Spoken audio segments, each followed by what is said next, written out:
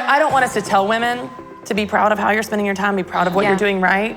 I want us to model it. Yeah, love it. And so as uncomfortable as it may make you, let's just go around. I'd love for each of you to say one thing you're really proud of. Yeah, can you start on that? And for that reason,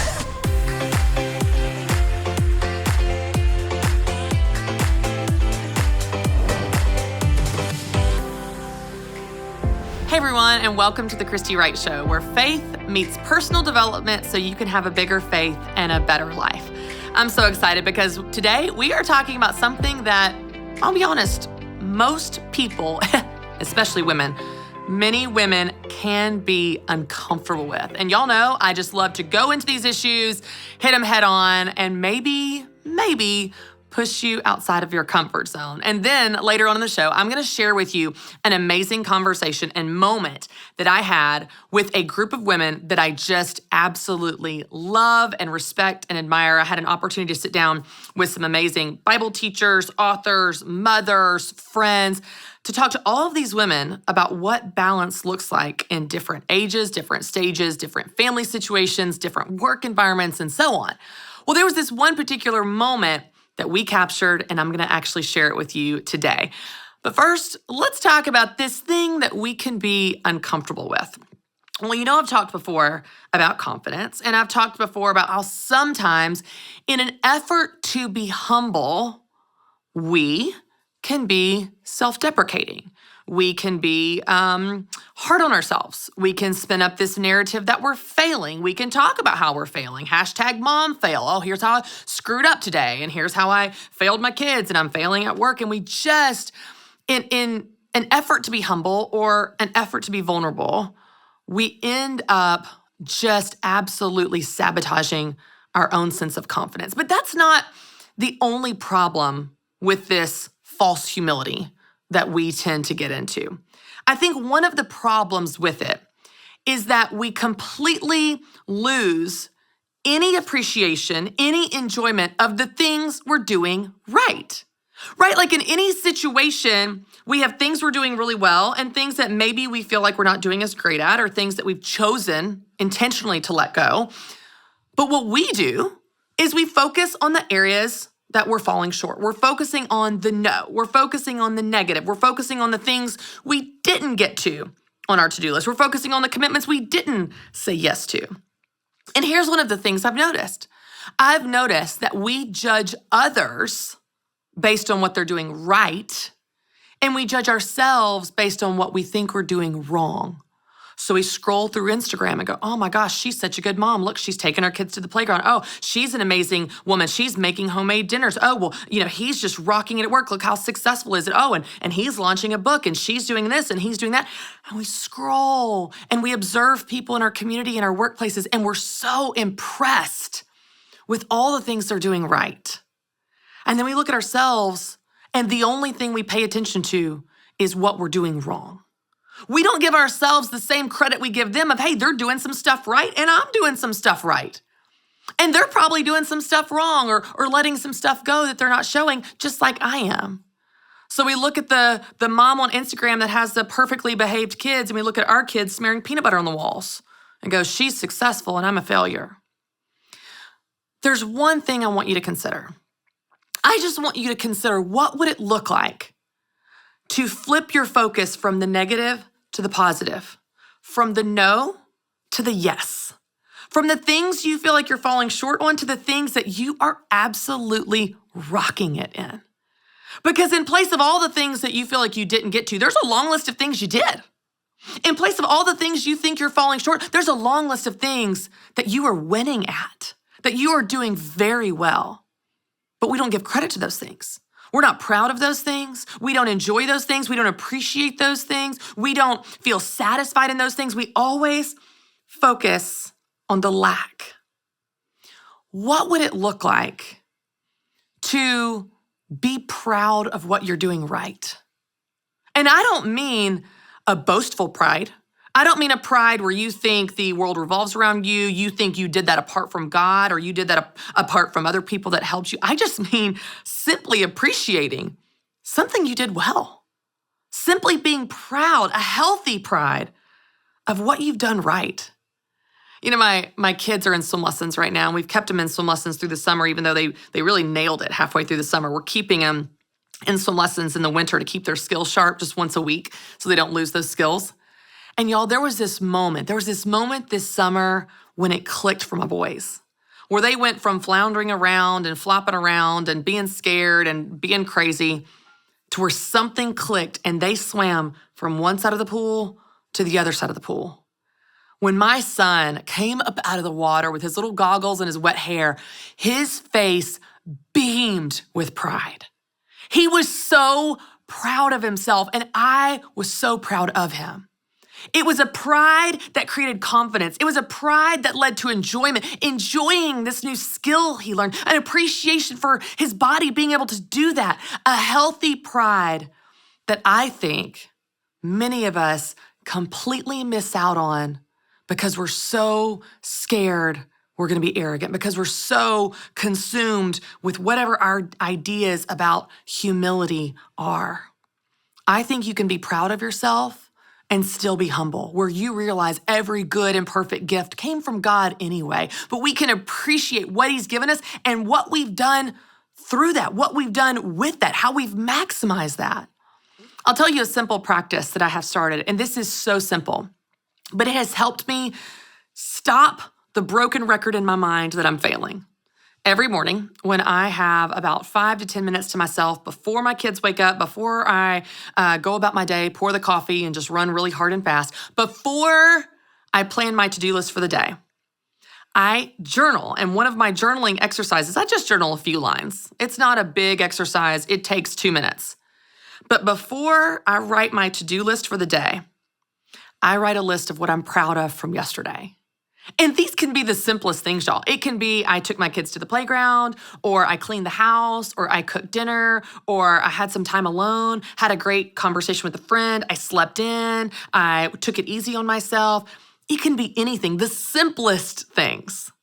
But I write down what I'm proud of from yesterday before I pile on the pressure for today. That changes my perspective drastically. No longer am I only focusing on the work yet to be done, the tasks that I still need to complete and check off, and all the things I have yet to do. I take a moment to appreciate and be proud of what I did yesterday. I take just 1 minute, just one moment to reflect on the things I did right, the things I'm proud of, the things that I am successful at. That creates in me not just a confidence that I am actually doing something right, which is good for us to know as busy people in this world. It gives me an appreciation for it. Hey, you're doing better than you think you are. What would it look like for you to pause and just be proud of what you're doing right, instead of always focusing on what you think you're doing wrong? Because I want to remind you, in place of all the tasks you haven't gotten to, in place of all the things you think you're falling short on, there is a long list of things you're doing right. I want to help you recognize that. I want to help you appreciate that. And yes, I want to help you be proud of that. A few weeks ago, I had an opportunity to sit down with some amazing women. We talked about life balance. We had a conversation about what balance looks like in different ages and stages and seasons and different family situations, married, single, kids, no kids, working in the home, outside the home, and everything in between. But at the very end of our time together, and this was a long all-day video shoot, after we had covered all the segments we wanted to cover for the Christy Wright Show, which aired back in September, after we asked all the questions we wanted to ask, at the very end, right before I wrapped up, I had this moment, and this was not planned. This was not something we scripted out. We prepped them ahead of time, but I just felt in my spirit that I wanted to ask them one final question. I said, this is going to make y'all uncomfortable, and I didn't plan to do this, but I want to ask you as we wrap up today, would you just share something you're proud of? I know that's hard. It's really hard. We don't want to come off as braggy. We don't want people to think that we're arrogant, that we think we're better than anybody else. But I think as women, we swing so far to the opposite extreme that we absolutely miss out on appreciation, on appreciating, on even having gratitude for the things that we're doing right. And so I asked them to go around the room and to share something they're proud of. And I said, I won't ask you to do anything I'm not willing to do myself, so I'll go first. And I got really emotional at sharing the thing that I was proud of. And even now, I feel my eyes burning, even remembering that moment. Women, what would it look like to consider the things you're doing right? What would it look like to pause for just a moment, maybe just between you and God and maybe your journal, and just go, you know what? I'm proud of that. Yeah, I am. I'm proud if I did that. I'm proud I did that. I'm proud that I'm getting that right. I worked really hard at that. I challenge you to do that. It might make you uncomfortable, but I think God might just show you something about yourself, about true humility, and even about what he thinks about you in that exercise. Check out this conversation with my amazing friends as we talk about what we're proud of. We were drawn to Christian healthcare ministries because we both had young families and we wanted to have more children. And we had also just started a real estate company and needed to find healthcare coverage that would meet our needs. We were attracted to CHM because of its low monthly costs and the ability to negotiate medical costs down.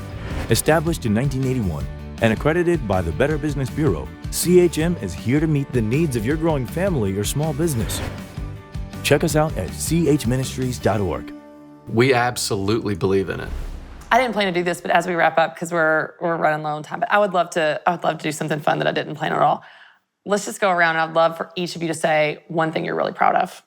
I want to model that. And I know it's hard, and I know it's going to make you uncomfortable and squirmy. Yeah, can you start on that? And for that reason, Nutritionist over here. No, I mean, I don't want us to tell women to be proud of how you're spending your time, be proud of what you're doing right. I want us to model it. Yeah, I love that. And so as uncomfortable as it may make you, I'll go first to give you guys a beat. And then let's just popcorn it and everybody say something when you feel comfortable. I'm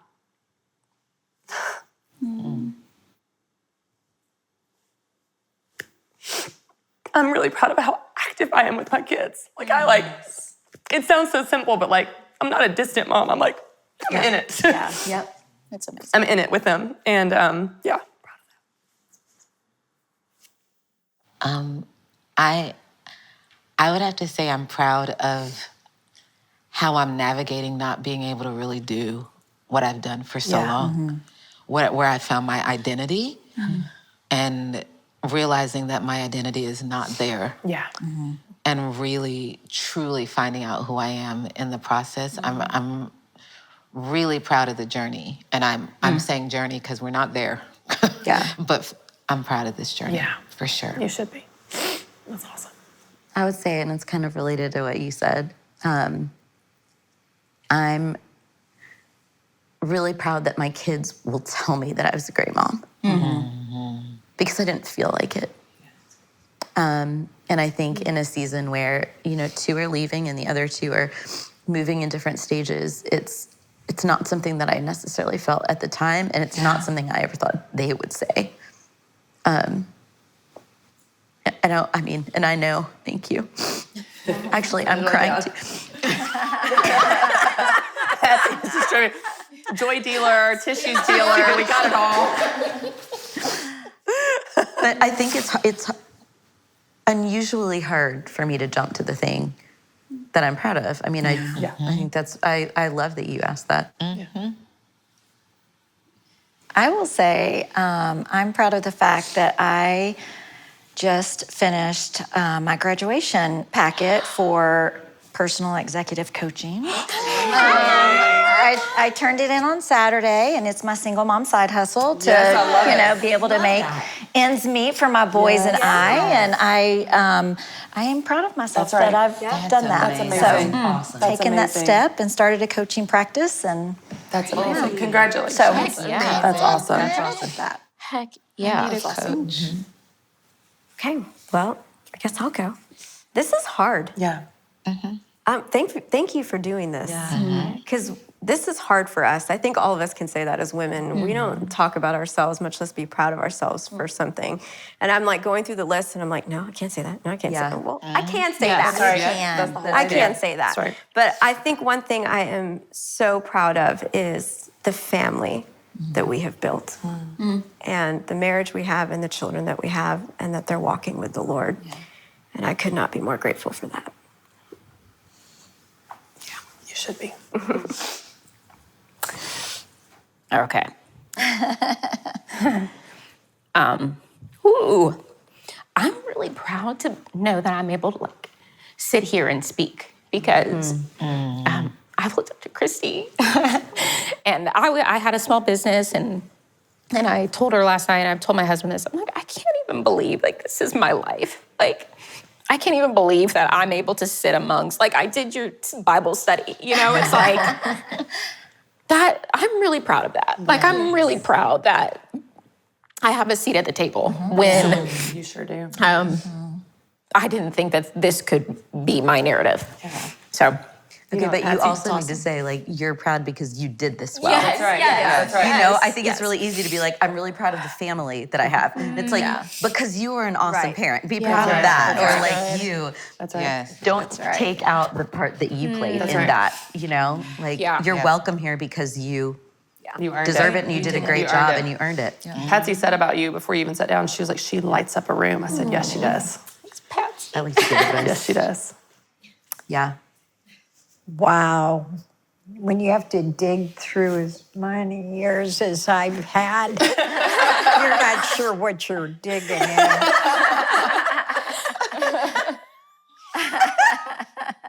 Well, y'all. I'm so ready for this, and I'm so nervous. I'm so nervous. You want to post here? Here you go. Thank you.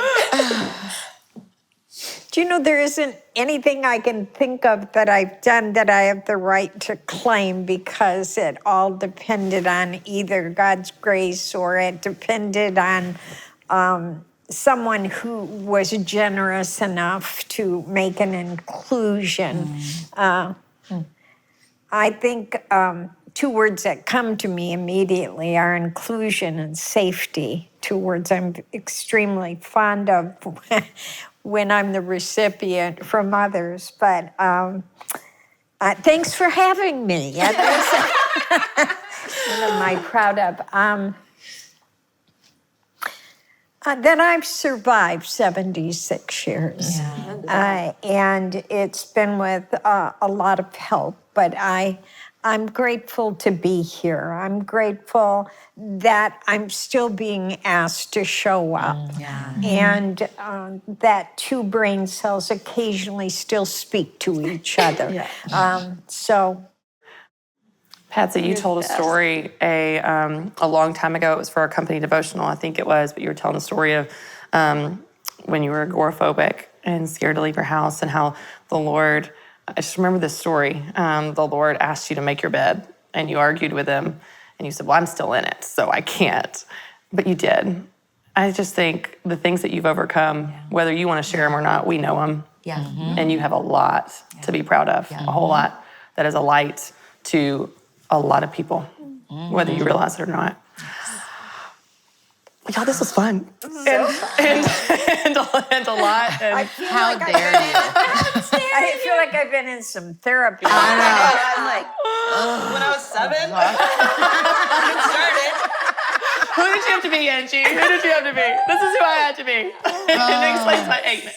It's so great. I think Karen really got a hold of it there when she said, thank you for doing this, because we as women don't often go in and say, I'm really proud of this. It goes back to what we said a minute ago, the head and the heart. It's like we can know something, like, yeah, girl, be proud of what you did. I don't have anything to be proud of. It's like modeling, I think, is so powerful to pave the way for them to not only know they need to do it, but see it done and see other people uncomfortable with it and doing it anyway. And what if that is part of the balance? Right. Yeah.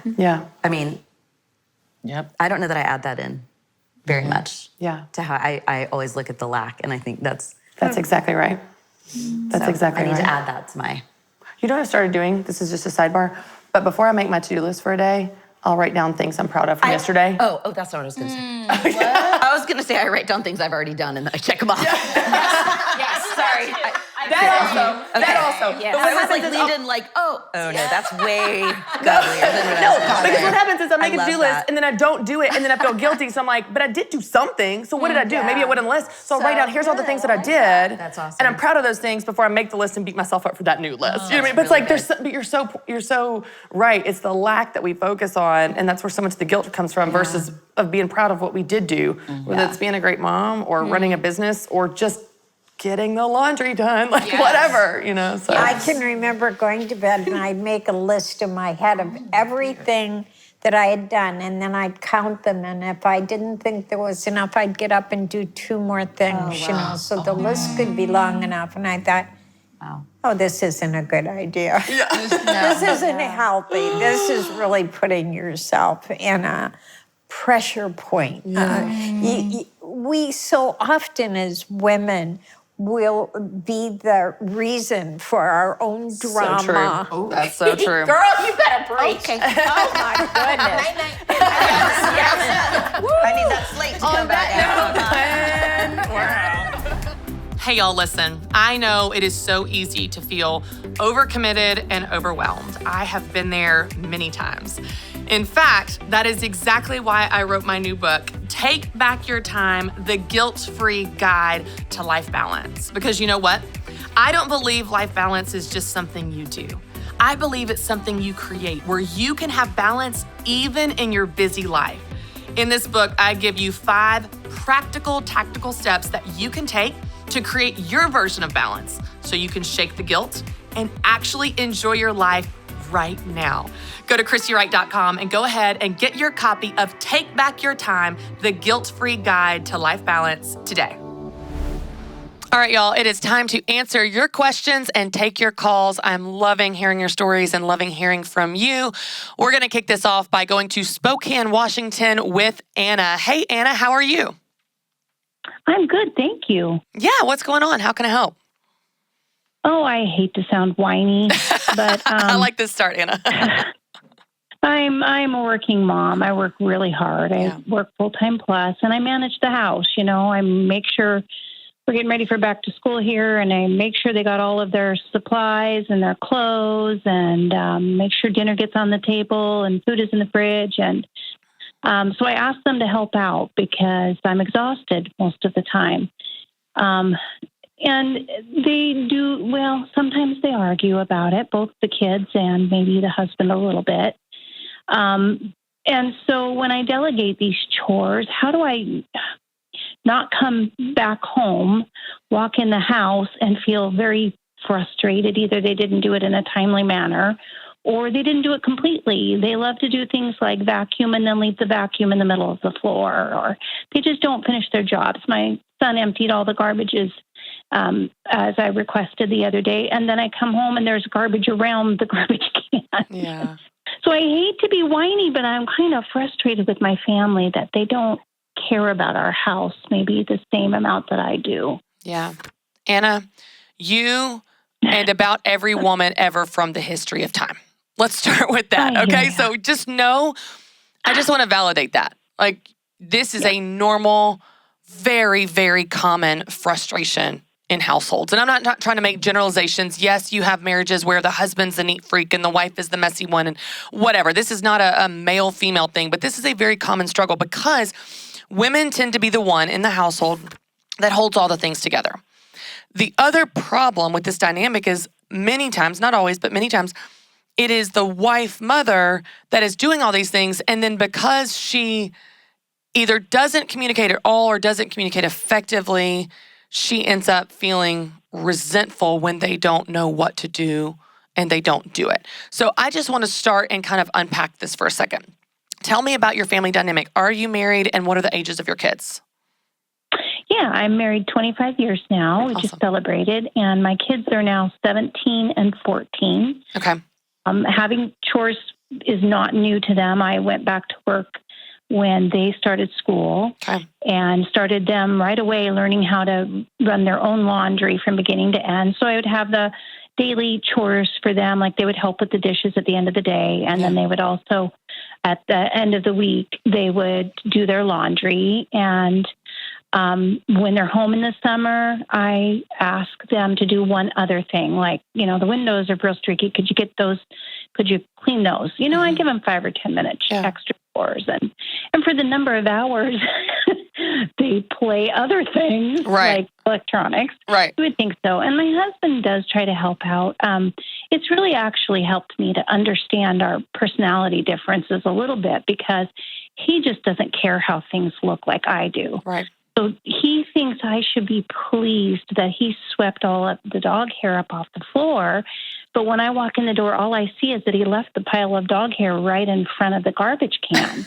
Right. And I'm trying. I tell him I fight it. And the first thing I think is I should be so thankful he swept. Right. But it's just really hard for me to come home. And then my son is like, well, I made brownies today. It's like, well, okay, but you're sitting down playing electronics now and you've left all of the brownie dishes. Right. Okay.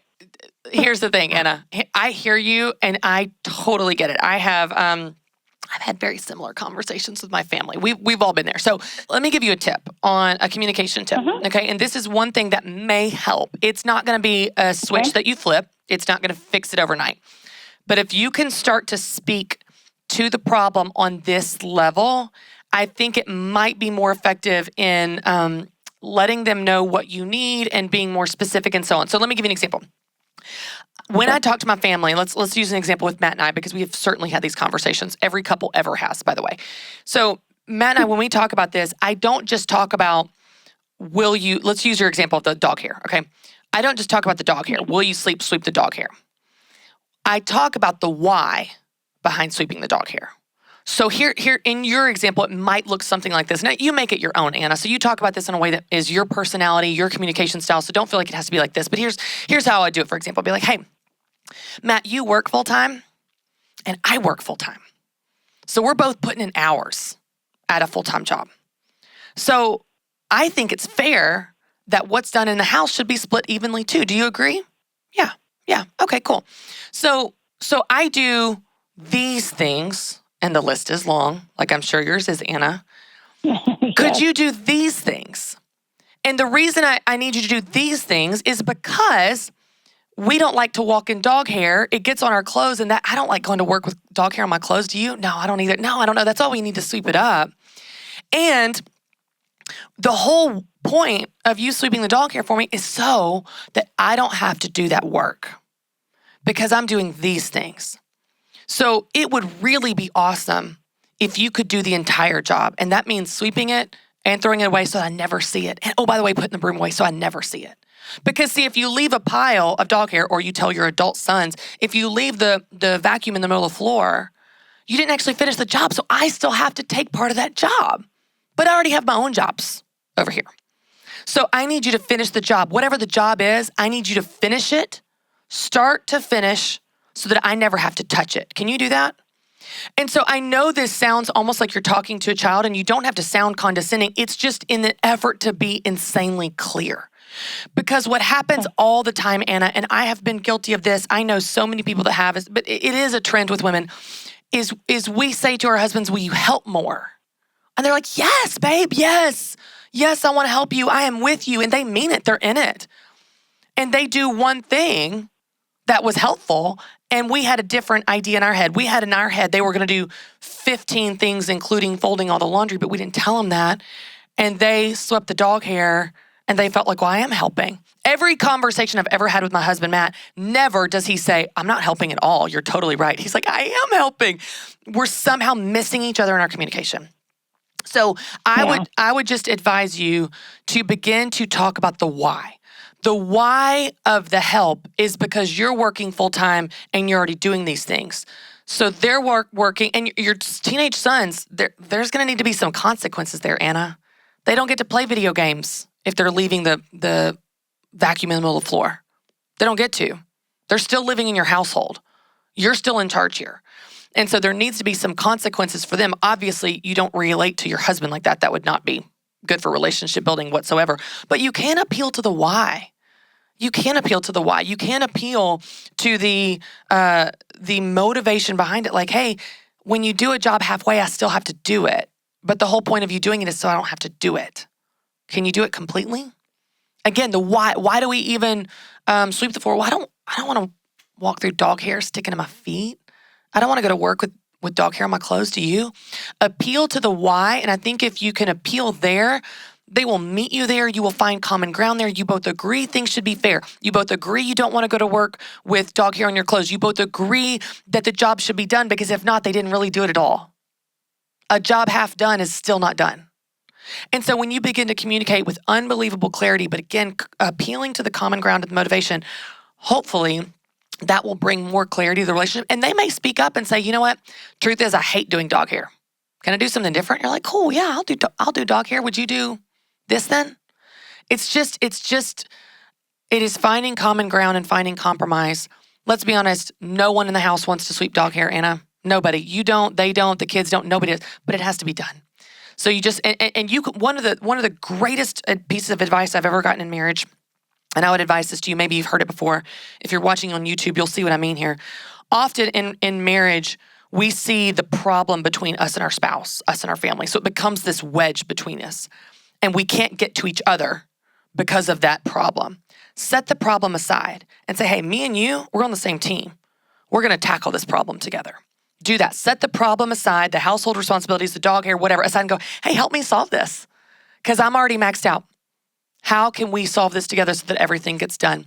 And maybe they want to do different chores and you're fine with that. But it's a common struggle. I just want you to know you're not alone and you're doing great. Just appeal to the deeper motivations and be super clear in your communication. And hopefully it will improve over time. Over time being the key. Great question. Thanks for calling, Anna. All right, y'all. Thanks for hanging out with me as always. And you can tune in next week for another new episode of The Christy Wright Show. As always, for more encouragement on becoming the person you want to be, you can visit ChristyWright.com.